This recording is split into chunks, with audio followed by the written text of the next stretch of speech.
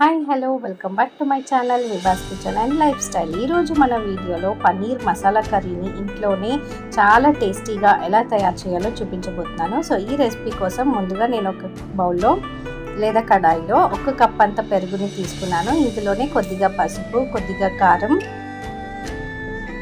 కొద్దిగా ధనియాల పొడి, కొద్దిగా జీలకర్ర పొడి, కొద్దిగా కసూరి మేతి, లాస్ట్కి కొద్దిగా అల్లం వెల్లుల్లి పేస్ట్, ఇదంతా కూడా వేసుకొని బాగా మిక్స్ చేసుకోవాలి. నేను చూపించిన విధంగా ఒకసారి ట్రై చేసి చూడండి. ఈ పన్నీర్ మసాలా కర్రీ అనేది చాలా టేస్టీగా ఉంటుంది. సో ఇలా అంతా కూడా ఒకసారి బాగా మిక్స్ చేసుకున్నాక ఇందులో కొద్దిగా ఒక 2 టేబుల్ స్పూన్స్ అంతా శనగపిండిని కూడా వేసుకొని అంతా ఒకసారి బాగా మిక్స్ చేసుకోవాలి. ఇది మనం ప్రిపేర్ చేసేది మ్యారినేట్ చేయడం కోసం. సో ఇప్పుడు ఇందులో నేను 1 ఉల్లిపాయని ఇలా క్యూబ్స్ లాగా కట్ చేసి పెట్టుకున్నాను. ఇలా కట్ చేసుకున్న క్యూబ్స్ని ఈ మసాలాలో వేసుకొని అలాగే అదే షేప్లో కట్ చేసుకున్న క్యాప్సికమ్, అలాగే పన్నీర్ క్యూబ్స్ ఇవన్నీ కూడా వేసుకొని బాగా మిక్స్ చేసుకోవాలి. మసాలా అంతా కూడా మనకి ఉల్లిపాయ, క్యాప్సికమ్, పన్నీర్కి బాగా పట్టేలాగా మిక్స్ చేసుకొని లిడ్ క్లోజ్ చేసి ఒక అరగంట పాటు సైడ్కి పెట్టేసుకోవాలి. అరగంట సైడ్కి పెట్టేసినట్టయితే ఆ మసాలా అంతా కూడా మన పన్నీర్కి అన్నిటికీ కూడా బాగా పట్టేసుకుంటాయి.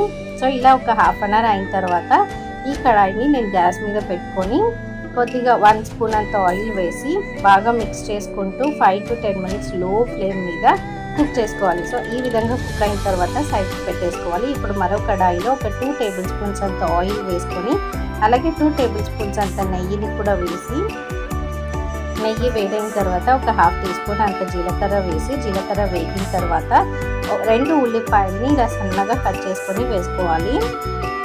అలాగే కొద్దిగా పచ్చిమిర్చి ఇవన్నీ కూడా వేసి బాగా మిక్స్ చేసుకుంటూ ఉల్లిపాయలు కొద్దిగా రంగు మారేంత వరకు ఫ్రై చేసుకోవాలి. ఈ విధంగా ఉల్లిపాయలు ఫ్రై అయిన తర్వాత నేను ఒక 3 టొమాటోస్ని మిక్సీకి వేసుకొని ఆ ప్యూరీని వేసుకుంటున్నాను. ఇప్పుడు ఇందులోనే కొద్దిగా కారం, రుచికి తగినంత ఉప్పు వేసుకొని ఇదంతా బాగా మిక్స్ చేసుకోవాలి. అంతా ఒకసారి బాగా కలుపుకొని లిడ్ క్లోజ్ చేసి లో ఫ్లేమ్ మీద 5 to 10 minutes పాటు మనం కుక్ చేసుకోవాలి. ఇలా ఒక 5-10 నిమిషాల తర్వాత ఓపెన్ చేసి చూస్తే మనకి మసాలా అంతా కూడా ఈ విధంగా కుక్ అయిపోయి ఉంటుంది. మధ్య మధ్యలో కలుపుతూ ఉండండి, లేకపోతే అడుగున మాడిపోతుంది. సో ఇలా ఒక 5-10 minutes తర్వాత మనకి మసాలా అనేది బాగా ప్రిపేర్ అవుతుంది. ఇప్పుడు ఇందులో కొద్దిగా ధనియాల పౌడర్, కొద్దిగా జీలకర్ర పౌడర్ వేసుకొని మళ్ళీ ఒకసారి బాగా కలుపుకోవాలి.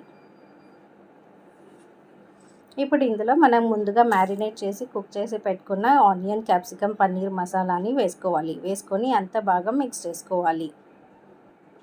సో ఇలా అంతా ఒకసారి బాగా కలుపుకున్నాక ఒక కొద్దిగా మనకి ఎంత గ్రేవీ కావాలనుకుంటే దానికి తగినంత వాటర్, అలాగే మనం సాల్ట్ అడ్జస్ట్ చేసుకోవాలి.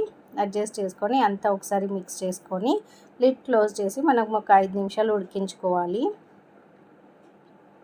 సో ఇలా 5 నిమిషాలు ఉడికించుకున్నాక చూస్తున్నారు కదా, ఇలా ఆయిల్ అనేది మనకి పైకి తేలాలి. సో ఇలా తేలినట్టయితే మనకి మసాలా అనేది పర్ఫెక్ట్గా కుక్ అయిపోయినట్టు. సో ఈ టైంలో మీరు స్టవ్ ఆఫ్ చేసుకొని లాస్ట్కి కొద్దిగా కసూరి మేతి